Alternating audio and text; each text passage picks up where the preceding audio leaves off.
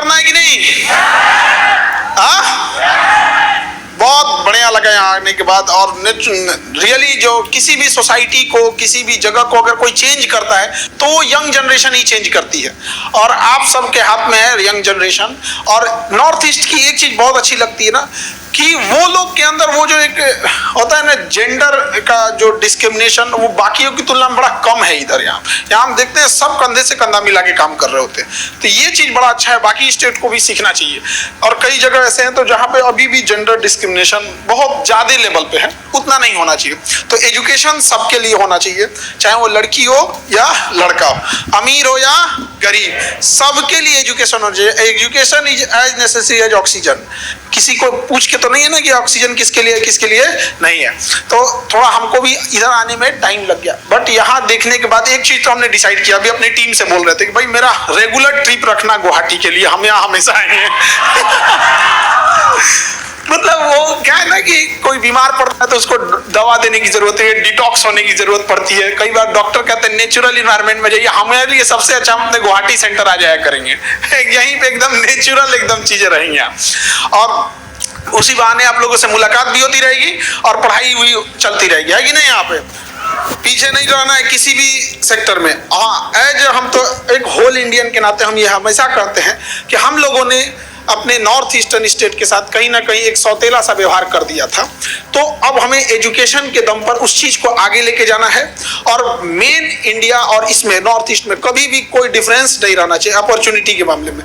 और यहाँ से जो भी बच्चे गए हैं इस नॉर्थ ईस्टर्न स्टेट से, वो जिस भी फील्ड में गए हैं बहुत बेहतरीन काम करके दिखाया है, जो ये बताता है कि यहाँ के स्टूडेंट्स जो हैं वो किसी चीज से कम नहीं है, उन्हें अपॉर्चुनिटी मिलनी चाहिए। और ये बेहतर भी है कि आपके पास हम लोग प्रोवाइड कराएंगे हर वो अपॉर्चुनिटी जिसके आप हकदार बनते हैं, चाहे वो आपके किसी भी एग्जामिनेशन के लिए हो।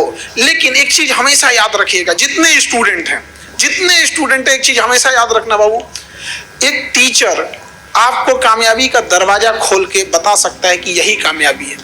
चल के आपको अपने पैरों पे जाना होगा, वहां हम लोग काम नहीं आ सकते हैं। हम बस आपको एक रास्ता दिखाते हैं कि ये सबसे शॉर्टकट रास्ता है, इधर से जाइए आप लोग को। बट आप लोग क्या होता है, देखिए हम लोग की जरूरत कब पड़ती है, एक टीचर्स की, एक ट्यूशन कोचिंग की जरूरत क्यों पड़ती है? क्योंकि जब आपको हम लोग ऐसे छोड़ देते हैं ना, आप हर वो चीज पढ़ने लगते हैं जो शायद एग्जाम के लायक है और शायद एग्जाम के लायक नहीं भी है। बट जब हम लोग आपको गाइड करते हैं तो बताते हैं, देख बाबू इधर बिना मतलब का तुम लोग यहाँ पे मेहनत कर रहे हो, ये रास्ता ठीक नहीं है, ये बेस्ट होगा, आप इस तरह से पढ़िए। जैसे एक प्लेन एरिया में कोई रहने वाला इंसान है, उसको आप यहाँ माउंटेन पे, हिल पे चढ़ाने को बोलो, वो बेचारा थक जाएगा, बिना मतलब किधर किधर जाने लगेगा। लेकिन जो इस हिली एरिया का होगा उसे प्रॉपर आइडिया होगा कि किस डायरेक्शन से जाएंगे, कैसे जाएंगे, तो आप अपने ज्यादा सर एनर्जी बचा के और जल्दी पहुंच सकते हैं। तो हम लोग का भी रोल इतना ही होता है। लेकिन आप एज ए स्टूडेंट, किसी भी स्टूडेंट जो सफल होता है, सक्सेस होता है, उसके पीछे 3 बड़े कारण होते हैं। एक उसके गार्जियन यानी उसके पेरेंट्स या जहां वो रह रहा है उसका एरिना कैसा है, इन्वायरमेंट कैसा है, लोग पढ़ने में सपोर्टिव है कि नहीं है। और यही चीज खराब हो गया लड़कियों के साथ, उनके साथ यही वाला नहीं होता था। गार्जियन उन्हें पढ़ने नहीं देते थे, थोड़ी सी बड़ी क्या हुई उसको शादी ब्याह करा देने, उसको घर में उनको रहता था कि घर में काम करने के लिए रख दिया गया, बेचारी दिन भर खाना बनाएगी लोगों के लिए, घर को साफ सुथरा रखेगी, लोगों के कपड़े, अपने पूरे फैमिली मेंबर के कपड़े वपड़े सब चीज सही रखना। और मेल जो होते थे, मेल लड़के 8 घंटा ड्यूटी करके आते थे और कहते थे कि तुम तो घर ही में रहती हो। अरे बेवकूफ लोग, घर की ड्यूटी 24 घंटे की होती है। अपनी मम्मी से पूछ के देखना कितने घंटे की ड्यूटी होती है, 24 घंटे की। और एक माँ जितना घर के लिए कर देती है ना, अगर कोई कमा के उतना काम करने के लिए कोई सर्वेंट रखे तो उसकी 80% सैलरी उसी में चली जाएगी, जबकि कितना मेहनत करते। तो जो घर का माहौल होता है वो पढ़ाई के लिए बहुत जरूरी होता है। तो इत्तेफाक से अनफॉर्चुनेटली फीमेल्स को ये वाला नहीं मिला था, बट अब समाज जो है अब इस चीज में प्रोग्रेसिव बन रहा है। अब क्यों आप पता है आखिर समाज को ऐसा क्या, कौन सा फूल सूंघ लिया कि उसको लगने लगा कि लड़कियों को भी पढ़ाना चाहिए? ये समाज इतना जल्दी किसी को एक्सेप्ट करने वाला नहीं है यहाँ पे। हाँ, सुकरात को जहर पिलाने वाला समाज, गांधी को गोली मारने वाला समाज, ईसा मसीह को सूली पे टांगने वाला समाज, सीता मैया पे उंगली उठाने वाला समाज, उनको अग्नि परीक्षा पे बैठाने वाला समाज, आखिर इसको हुआ क्या कि नहीं लड़कियों का भी डेवलपमेंट होना चाहिए, उनका भी एजुकेशन होना चाहिए? इतना आराम से तो नहीं एक्सेप्ट किया होगा। कुछ ना कुछ तो हुआ होगा। तो गर्ल्स जिस फील्ड में गई उस फील्ड में लाजवाब काम की। दो फील्ड हम आपको बताते हैं। मेडिकल इंडस्ट्री में गई, मेडिकल हेल्थ केयर में। आज हेल्थ केयर की बैकबोन है फीमेल। आज किसी हॉस्पिटल में जाके देखिएगा, मेजॉरिटी आपको नर्सिंग स्टाफ जो मिलेंगे वो कौन मिलेंगे? लेडीज मिलेंगी। और कोई हॉस्पिटल से पूछेगा कि आपका बैकबोन क्या है, डॉक्टर या अच्छी नर्सिंग सिस्टम, तो यही बोलेगा नहीं भैया, डॉक्टर का तो काम होता है भाई उतने ऑपरेशन करके उसके अंदर से जो भी खराबी थी ऑपरेशन करके निकाल दिया। अब उसको रिकवर करने में डॉक्टर नहीं आता है, वो बस आप 24 घंटा रहिएगा, एक बार 4-5 आदमी के बीच में आएंगे राउंड पे, और भाई ठीक हो, दवा टाइम से ले रहे हो? अरे भैया उसका बाकी सारा हेल्थ का ध्यान कौन रखती है? नर्स। तो वहां लड़कियों ने जबरदस्त काम किया। और एविएशन इंडस्ट्री में जब फीमेल की एंट्री हुई तो पूरा रैपिडली चेंज कर दी। और आपको जान के ताज्जुब होगा कि दुनिया में सबसे ज्यादा फीमेल अगर किसी एविएशन इंडस्ट्रीज को कंट्रोल करती है तो इंडिया में सबसे ज्यादा फीमेल पायलट्स, एयरहोस्टेस, ये सबसे ज्यादा है। और उसमें नॉर्थ ईस्ट का तो योगदान ऐसा हो ही नहीं सकता है कि ना हो। यहाँ पर यहाँ से तो इन्हों लगा समाज को कि नहीं भाई, इन्हें हमने बिना मतलब का पीछे कर रखा था। इसलिए समाज ने समझा कि नहीं भाई, इन्हें अगर मौका दिया जाएगा तो सच में चेंज करके ले आएंगे। तो आज जो सोसाइटी आपके लिए खड़ी हो रही है ना, वो केवल इसलिए क्योंकि आपने वो करके दिखाया है। तो अब इसको और बेहतर करके दिखाना है, वो और ज्यादा, ताकि हम लोग को कहीं से कोई ना रोक सके। तो एक जो घर का इन्वायरमेंट होता है वो, दूसरा एक आपके टीचर, आपके इंस्टीट्यूशन का कितना एफर्ट है। पहला हो गया आपके सफलता में एक घर का इन्वायरमेंट। तो जो गार्जियन है कम से कम इस पे ध्यान देंगे कि घर का इन्वायरमेंट ऐसा रखें। दूसरा होता है इंस्टीट्यूशन का क्या योगदान है। इंस्टीट्यूशन आपको क्या करता है कि अच्छे लेवल के क्वेश्चंस, अच्छे लेवल की प्रैक्टिस से जो टॉपिक आप नहीं समझ पाते हैं उसको एक्सपीरियंस के दम पे, जो टीचर्स के पास एक्सपीरियंस होता है, वो एक्सपीरियंस के दम पर आपको बेहतर ढंग से समझा देते हैं। वो ये बताते हैं कि ये ज्यादा इंपॉर्टेंट है, ये कम इंपॉर्टेंट है। देखो इसको पढ़ोगे तो क्वेश्चन जरूर आएगा, बट ये बहुत ज्यादा टाइम किल कर देगा। उससे बेटर है कि इसे कम पढ़ो जिससे ज्यादा सिलेबस हो। और आप कोई भी एग्जाम देख लो, कोई भी एग्जाम, 30% ऐसा सिलेबस होता है, टोटल सिलेबस का महज 30% होता है जो आपको सिलेक्शन दिलाता है, बाकी 70% टाइम पास कराता है। अगेन याद रखिएगा, कई बार आप देखते होंगे कोई बच्चा आया, आपको देखते होंगे यार तो उतना पढ़ता नहीं था, उतना अच्छा नहीं था, सिलेक्शन कैसे हो गया इसका? एक बच्चे, एक पटना में हमारे पास 9 जगह रिजल्ट हुआ था उसका, 9 जगह। वो मेरे पास आया, सर ज्वाइनिंग किसमें करें? सोचिए किसी को जॉब नहीं मिल रही है, 9 तो लेके आया था वहां पे, तो हम क्या ही बोलेंगे उसको? क्यों? क्योंकि एक इंस्टीट्यूट, एक अच्छा इंस्टीट्यूट, एक अच्छा टीचर आपको वही बताता है कि देख बाबू, ये 30% सिलेबस पढ़, इसी से तुम्हारा सिलेक्शन होने वाला है। बाकी 70% सिलेबस ऐसे ही होता है। जैसे आप किसी बड़े होटल में खाना खाने जाइए या शादी ब्याह में किसी पार्टी फंक्शन में खाना खाने जाएंगे ना, 50-100 वेराइटी के खाने लगे रहते हैं। खाना लगा होता है, क्या सब खा के आते हैं? पेट किससे भरता है? गिनती से 5-6 ऐसे वेराइटीज के आइटम्स होते हैं जिससे हमारा क्या भरता है? पेट भरता है। बाकी 100 पीस के लिए रहता है। वही एग्जैक्ट पढ़ाई में होती है कि 30% आपको वो पढ़ना है, बाकी आप पढ़िए चाहे नहीं पढ़िए, उसका सिलेक्शन पे बहुत ज्यादा असर नहीं पड़ता है। यही चीज बताती है एक अच्छा इंस्टीट्यूशन, एक अच्छा टीचर। यहां हम जो फील कर रहे थे कि हमें गुवाहाटी क्यों आना पड़ा, कुछ था, कुछ तो रीजन होगा, वरना तो हम लोग ऑनलाइन ऐसे ही आ जाते थे।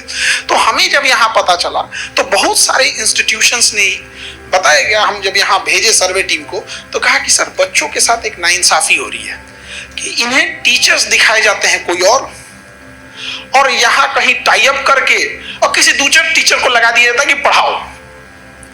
ये तो पूरा गड़बड़ बात है।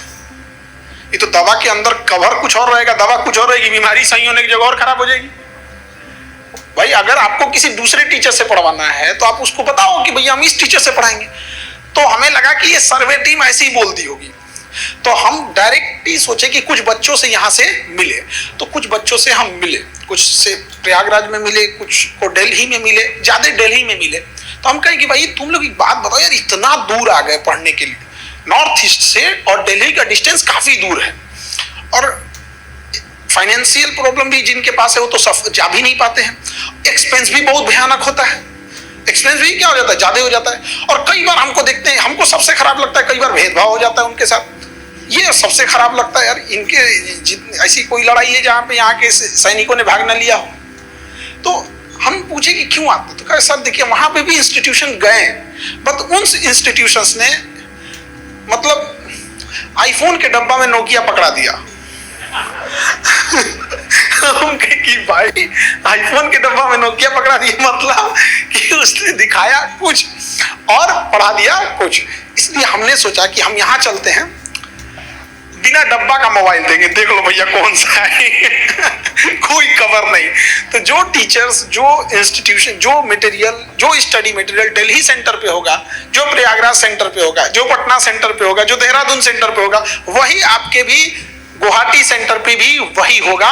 रोटेशन में वही टीचर आएंगे। अब आप ये नहीं कह सकते कि हमें दिल्ली वाले टीचर वहां हैं यहाँ नहीं है। समझ में आ रहा है कि नहीं आ रहा है?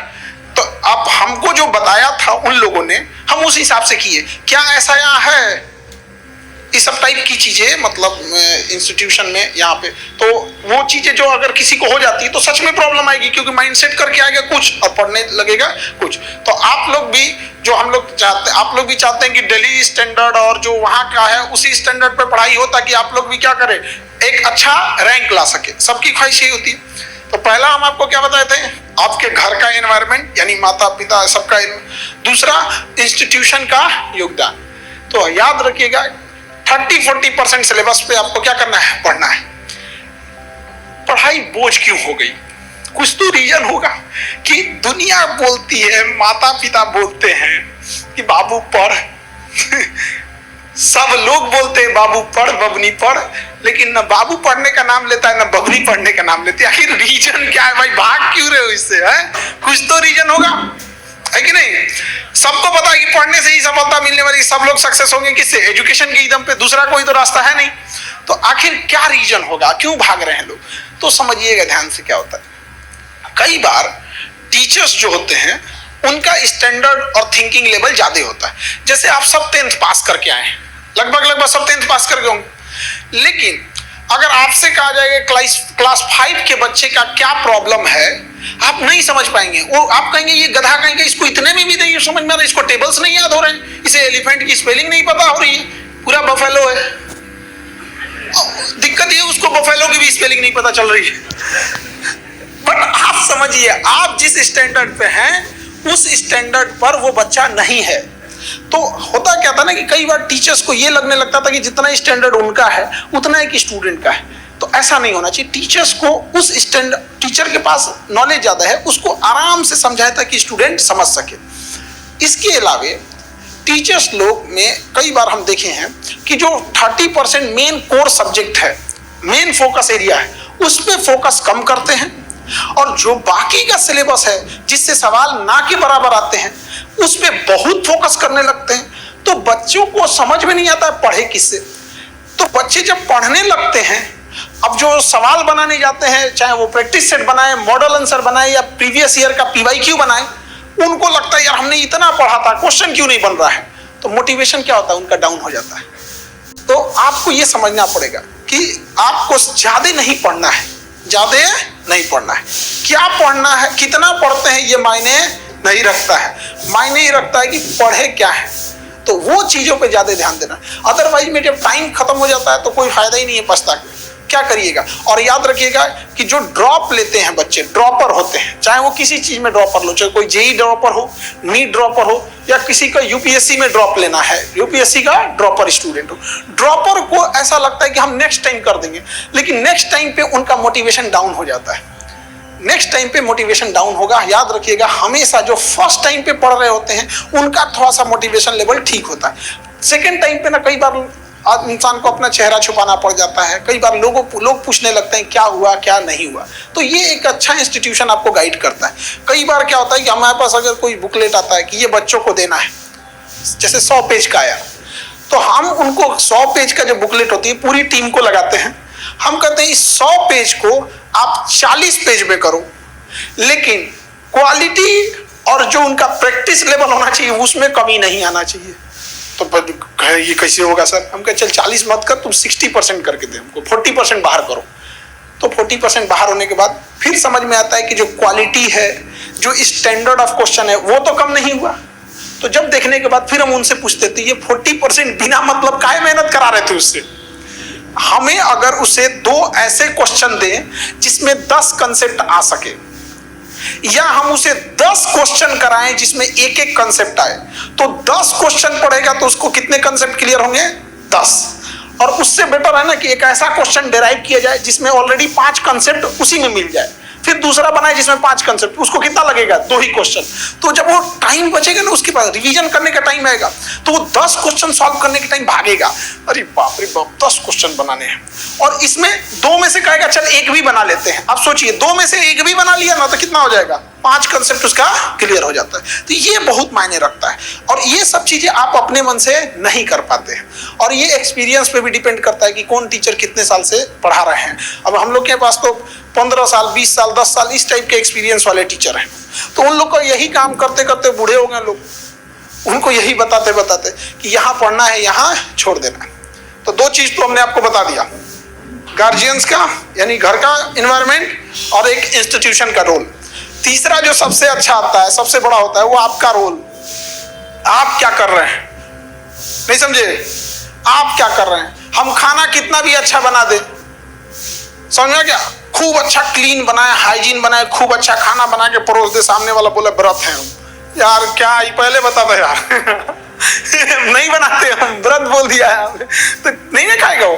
तो हम लोग की भी कोशिश, आप समझिए, हम लोग चाहे लाख मेहनत करते, आपको अच्छे कंटेंट्स ले आके देते, आपको दिल्ली, कोटा, जो आज एजुकेशन के हब, अब तो कोटा रहा नहीं, मतलब तो कोटा धीरे जो सोसाइटी कैपिटल बन गया था वहां पे ना, कोटा में बड़ा खराबी हो गया था कि जो बच्चे टॉप करके आते थे, जो बच्चे ऑलरेडी क्रीम स्टूडेंट थे, उनको साइड ले गए, तुम पढ़ भाई, तुम पढ़, तू रिजल्ट देगा भाई, वो ऐसे भी दे देगा, बोर्ड टॉपर है, डिस्ट्रिक्ट टॉपर है, वैसे बाकी तुम लोग बिजनेस वाला है। हॉस्टल चलना है भाई, मेस चलना है, किताब की दुकानें चलनी है, फोटोकॉपी चलना है, तुम्हारा कपड़ा सिलाएगा, यहाँ पे बीमार पड़ेगा, इंजेक्शन लगेगा, पूरी इकोसिस्टम चला रहा है भाई, तुम चलते रहो यार। तो होता क्या था, वो तो रिजल्ट दिखते थे बट ये नहीं दिख पाता था। और उसके अलावे क्या हुआ कि इतनी हाई फीस थी, इतनी हाई फीस थी कि जब कोई लोन लेकर अपनी पूरी बचत का, सेविंग का पैसा खर्च करके, कुछ गिरवी रख के जब जाता है, उसके बाद जब वो फेल होता है, तो केवल फेल नहीं होता है, वो साथ में डिप्रेशन लेके आता है। और जिस समय आपको खुले मन से अपनी पढ़ाई पे ध्यान देना चाहिए, एक इंस्टीट्यूशन पैसा ज्यादा कमा सके, इस वजह से आपको फ्री में एक तो डिप्रेशन चिपका देता है। अब आपको लगता है कि अब हमको तो तैयार पढ़ना बहुत जरूरी है, यहीं से बच्चा और दलदल में फंस